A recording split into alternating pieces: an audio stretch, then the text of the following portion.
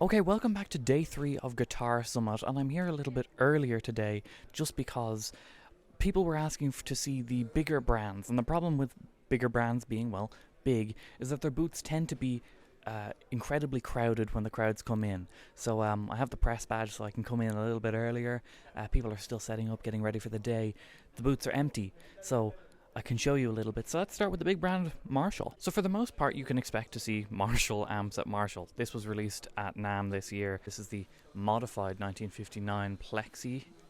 And then you've got the modified JCM 800 as well. But new as of like 2 days ago now is this. This is the Marshall Synergy model. So you've got the JMP preamp that you can put into the Synergy modules. And that's an interesting development because Synergy initially started out as like working with brands. One of the brands that they just didn't work with was Marshall. They had their own kind of Marshall-esque model, but it wasn't Marshall. This one is. So that's very interesting. And if we look here, as I mentioned, it is empty in the morning. So this is the Gretsch section. It's all the kind of Fender or FMIC brands, but not Fender themselves. So we've got some Gretsches, we've got a lot of Gretsches actually, then we've got just a couple of Charvels. It seems that, yeah, this is the Rick Graham signature that was just released relatively recently, somewhat similar to the DK24 but relict nitro finish, and a reverse headstock. So it doesn't deviate too much from what you might already expect from Charvel. And then going back to the classics, these are the new Jacksons that were released relatively recently, within the last couple of weeks. These are the very 80s inspired guitars, and they do look like something that Mick Mars would play, so I think that ticks off exactly what they were trying to do. And then another thing that was just released within the last week or so were these. These are the USA-made Jackson Rhodeses. These come in both Floyd and fixed hardtail, and that's quite a difference from the usual hardtail that you'd see on a Rhodes. Normally it's a string-through tune-o-matic, but I actually quite like that. So finishing off with a reverse headstock, which I think looks quite good, especially on that shape. But yeah, that's just a quick look at the Jackson booth as well before all the chaos kicks off. Okay, I'm here with Theodore from Tremoline, and this is a bridge that I found last year and it was really cool, and there's just been a little bit of a change to it this year. Could you tell us just a little bit about that change? Yes, it is our new design of the Tremolo. The Tremolo box is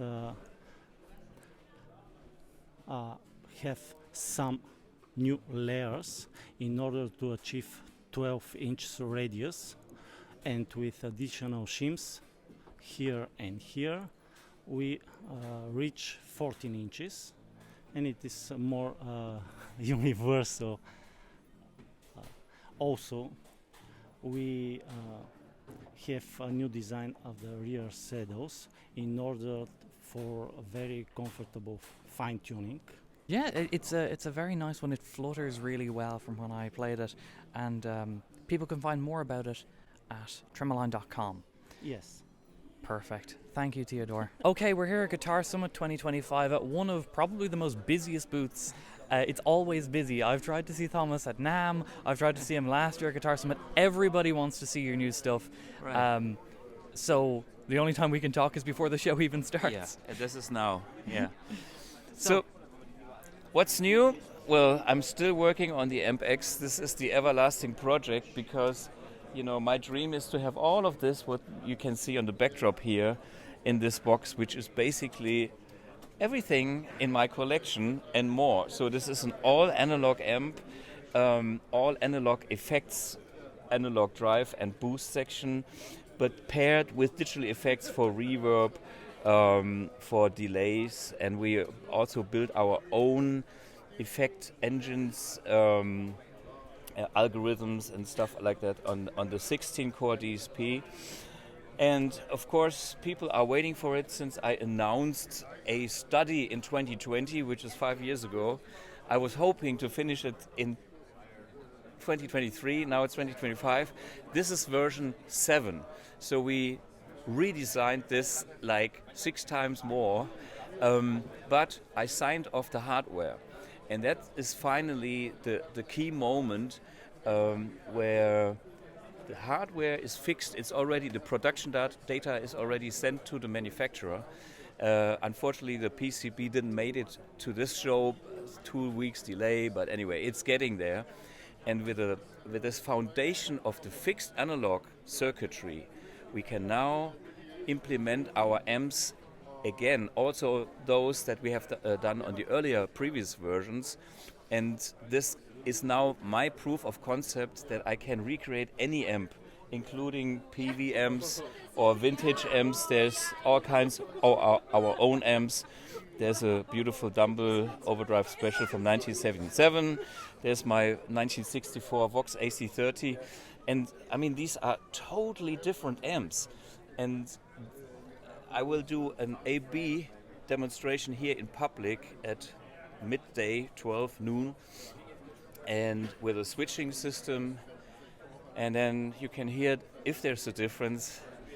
I doubt that you can really tell. And since it's all analog, there is no latency, there's nothing. And I spent all the years just to get there. There's great digital stuff out there, super convenient.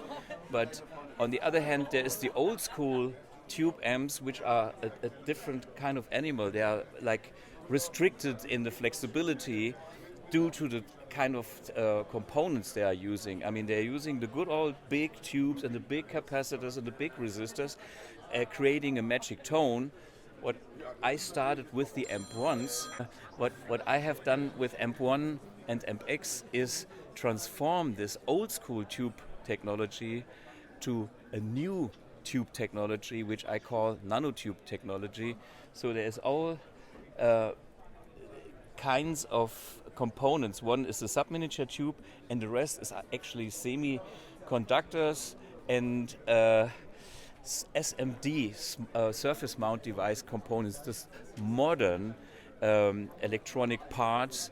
And me having the experience of 40 years in the industry designing amps, I thought it's time to get to a new analog technology, because there's great digital stuff, but I'm the purist. I want the 100%, and therefore I decided to go this way.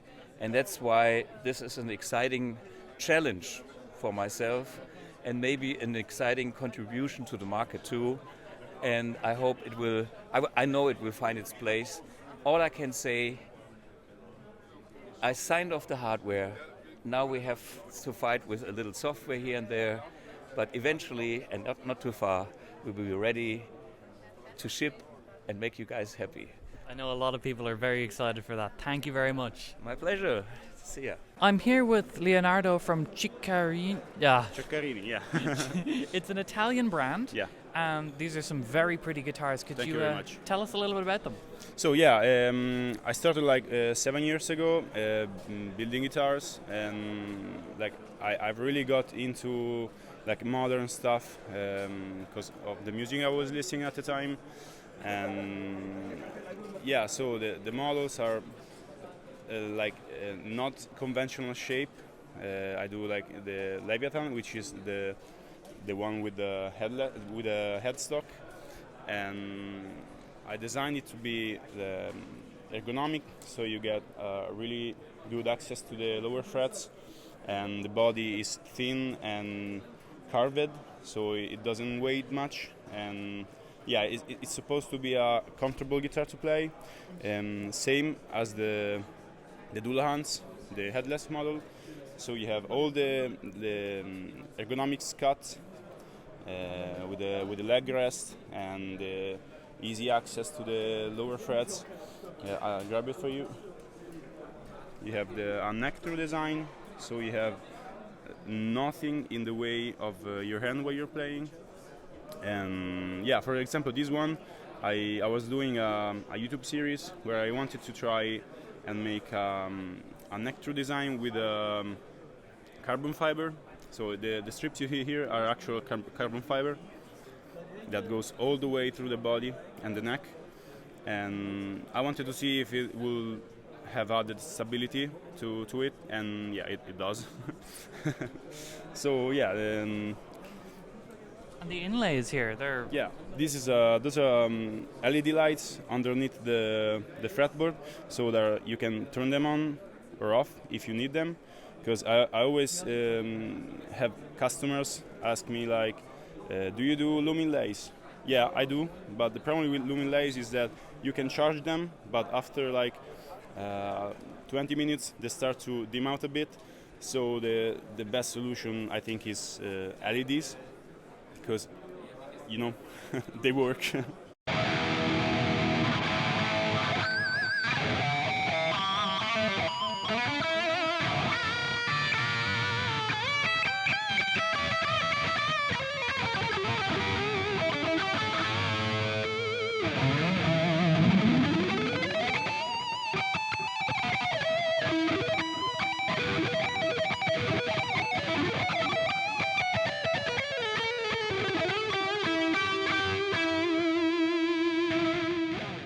And how much would a guitar from you cost? So we start with, like for example, the basic model is like, how do you say, solid color. So you don't have the expensive wood, the crazy top figuring and the fretboards. And this goes for 2,300 euro and up, depending on the specifics. Then you have like a middle range where you have like a satin finish, and you start to get into figuring and finishes and combination of hardware pickups. We have a hardtail, on the other one you have a tremolo, and those go for like 2,700 up to 3,500. And then you have like the more expensive guitars, with the one with the often with a gloss finish, because it takes longer to make and it's harder to do, and those go for around 3,700 up to 4,000 and up. I mean, it always depends on what do you want on your guitar. So like wood, configuration of pickups, the electronics and the bridges, and you know everything that goes into it. And do you make these yourself? Yeah, Ceccarini Guitars is a one-man shop, so like everything I do, from the gathering the wood to the finishing process and like wiring and everything else, yeah, it's done by me myself. Yeah. That's very impressive, and a very good price for that too. Thank you very much. Yeah, I try to be fair with the prices, because I often see like people charge $10,000 for a guitar, where I don't see the value on it, because after a certain price point, I think it's all like marketing and brand name. So I want to be fair, you know? Yeah. I think you're more than fair. Well, thank you for showing us. So that was a booth that was very much requested for me to visit, and I get why. Unbelievable guitars. I was playing that one there, and it just felt lovely. It was really good. Okay, I'm here at the Springer Guitars booth with Mikhail, and a couple of your guitars caught my eye. Could you tell us a little bit about your brand and what you build? Sure. I'm based in East France, and I am building electric guitars since 2011, I think. And yeah, these are the couple of guitars that I brought with me for the Guitar Summit this year. This is my first model. The one on the far left and on the far right is the Seraph model. This is the model that started it all for me. It's of course a Les Paul based guitar, and it's made out of Spanish cedar, and all the rest is basically very close to 50s spec Les Pauls. Sometimes I also do more or less replicas, especially for the Flying V. And the last model that I have is the Firehawk, which is based on the Firehawk guitar, obviously. and it's in Spanish cedar as well. It's a wood that I use a lot, that is more known in the world of classical guitars for the guitar necks. And it's very, very stable, and it's a little bit more, tends to be a little bit more lightweight than traditional mahogany, and that's why I like it so much. Yeah. Perfect. Well, thank you for showing us your guitars. Yeah, thank you for having me. Okay, I'm here at the Viv Guitar booth with Luca, and Luca, these guitars are very eye-catching. Yes, sure they are. This is our pace model. It's from Sascha Gerstner of Halloween the Guitars, and it was released on this guitar summit and is able to pre-order on our website. With it, you get a solo beam from Blackstar on the first pre-orders. Yeah, it's a very special kind of guitar with this kind of handle, which you can use as a handle too. It has so much sustain even without the sustain actually, and there are many varieties of sound because of the Seymour Duncan JB4 and the Sustainiac, which is able to give a passive and active sound. So you have a vintagey single coil if you turn off the Sustainiac in combination with the JB. 24 frets, and some special details are these scallops on the last frets. Yes. Okay, we've had some requests for pointy guitars, and there is no better place to go for pointy guitars than MGH Guitars. I'm here with Nick. And Nick, could you tell us a little bit about the brand? Sure. So MGH Guitars has been around for about 20 years. We're based just outside of Berlin. We've got a small team of about 8 people, and we build custom shop guitars. This year we've made a series. This is our Bloodline series, so neck through, covered in blood, ebony fretboard, skull and nail inlays, and all our own hand-wound pickups. Our prices for these guitars sit between €2,000 and €2,500, which is sort of our price segment in the market, but it's all, despite that, hand-built in our shop in Berlin. Beautiful. Thank you very much. No worries. Okay, I'm here at Guitar Summit 2025 with Paul at the Line 6 booth, and Line 6 have kind of announced more so than released the long-awaited Helix successor. Yes, you could say that. So it's Helix Stadium. We announced it back in June. We're finally sort of showing it now, although it's still not really on its version 1 firmware. So when that comes out, and it'll be, like we said at the time, so it'll be released in the fall. But it's the response so far at the show has been absolutely tremendous. People are loving everything about it from everything I'm hearing. You know, so it's new sounds, new amp models in there. It's an all new touchscreen interface, new ways of editing tones using focus view. And all your original sort of favorite Helix tones as well. So if you're a Helix user who's got 10 years worth of Helix presets, you can import those directly into it as well. And it's all part of Line 6's philosophy of being able to get the sounds that you hear in your head out into your guitar tones as fast as possible, and get to be creative and get to make music with it. Very nice. And so if someone was coming from the Helix to this new, what would be the big draw to upgrade? So it would be the Agora amp models, I would say. So first of all, they feel more three-dimensional. They're more realistic than anything I've heard from any modeler before. They're more touch-sensitive. They're more responsive. The notes decay in a nicer way. You can hear there's more clarity within chords, even on distorted sounds. So that would be where I would be going with it. Graphically, it's just a pleasure to use. It's like fun to learn about. We've got a lot of great tuition stuff on there with descriptions, what all the parameters do. Like, a lot of people are going to find that very interesting, I think, rather than having to refer to a manual all the time. And like the original Helix, which has had 10 years worth of free updates, the plan will be that this will continue updates as well, as the original Helix will continue updates. But this is like the next level above. But really, you have to see it and you have to play it to get what all the buzz is about. Okay, well, thank you very much. And that long support is something that I'm a really big fan of Line 6 for. So that's it's great to hear that that's going to be on the new unit. Thank you very much. No problem at all. Nice to meet you. Now, I've just been playing this for a while, and the sounds are great, but my favorite part is that you can do this view with anything, and you can quickly adjust the type of delay. You can have warm or modulation or whatever, just swiping your finger, and you can do with literally anything as well. Like let's say I want to do the chorus, so I can do with the chorus, or I can change the chorus if I wanted to, and then I've got the UI is impressive. Like it's based off the Helix stuff. I know the Helix stuff, but this is better. Okay, so I just got to play the Line 6 Helix, the new Helix Stadium, and in short, I get the hype.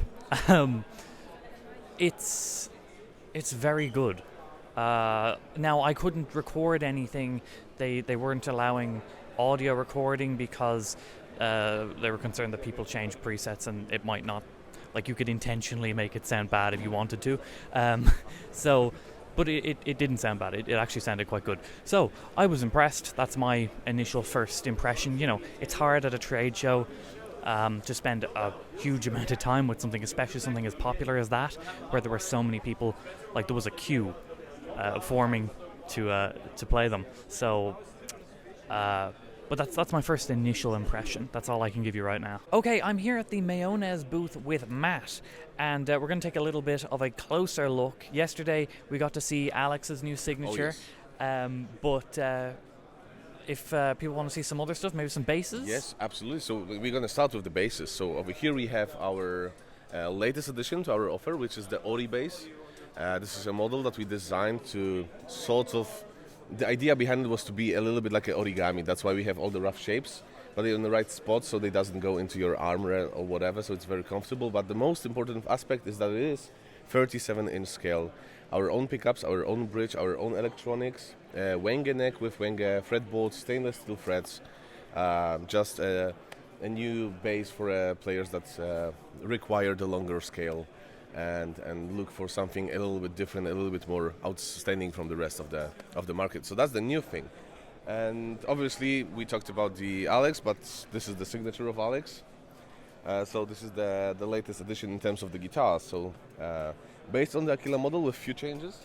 The most noticeable one are the pickups, which are two singles, but they are, what is it called in English? I don't know even. Rail pickups. Oh yeah, the rail pickups. Yeah, thank you very much. It's Sunday. We are all tired. So rail pickups, humbucker, our own design. We make them in-house, so we don't outsource it. But the most important thing, except the pickups, is the shape. We have an extended armrest. Alex, not armrest, a contour for your hand. Alex is a player who plays guitar very high on himself, so he needed a little bit more space for his hand because of the position that he plays. So that was his request for the guitar. So we increased the cutout here just so it's a little bit more comfortable for him. And then over here, a lot of things going on. Let's go over here. So this is where we have the wall of prototypes. We have two new prototypes for the upcoming series. It's going to be called Jasper DT. The idea is to be one of two production models that we do. One is the Duvel, another one will be the Jasper. It's our own design for the bridge that we do in-house, and it's going to be a little bit more budget-friendly than from what we usually do. So that's the... Right. So that's the idea. And then we have our, let's call it, regular custom shop. So this is where we have Duvels in different configurations, a multi-scale, Evertune, an aged finish. So the finish that we do in the Nitro on the bottom, the same as the Aquilas on the left. So these are the finishes that are fairly popular, very new for us. We never really did like in aged models. We started them about a year ago, and they've been doing very, very well. So for people who like a beat-up guitar, that would probably be it. And then over here on this wall, we have a few different also custom models. So Aquila 7-string. All 7 strings that we do right now come with a 26.5-inch scale. So that includes the Aquila. And then the one on the bottom has a redwood top. We've got a flame maple. There is a random reduce between the Aquilas because we wanted to have a nice color in the middle. But this is the Italian poplar or curly poplar that we call it. So it's somewhere in between framed maple and quilted maple in terms of the way it looks. And it really stains very nicely, and you can have a very nice colors made out of, like this one, for example. It's the same top, but completely finished differently. So, and then over here we've got the TT frets because, well, people like to be in tune, and that's one of the options that's sort of make your guitar even more in tune. So one will be the Ever tune, the other one will be the TT frets. So, and then over here we wanted to show the process that goes into the building of the guitar. So reduced model is the guitar which requires the most amount of steps during the production. So we have a blank that is prepared to show like how we use the pins to put the fretboard in the right spots. All the fret slots are being pre-cut. So we wanted to show how much steps it goes into from the like just prepared instruments to the instrument out of the CNC to the sand it down and stained instrument, and then on the top we have the final finished product. So it's the same specification on the 4 different stages of the production. And that's, to be honest, mostly it for the Guitar Summit. We brought a little bit more guitars than last year, and that was the whole idea, just to show what we can do and show our custom shop, but also the production model. So, yeah. Perfect. Thank you very much. It's my pleasure. Thank you very much. Okay, now I have to end today's Guitar Summit coverage a little bit early. Have to fly home now, but I hope I got as much in as I possibly could there. And I hope that's all right with you. Like the video if you haven't already. Subscribe if you want to see more videos, guitar related, of course. And I'll see you next time. Bye-bye.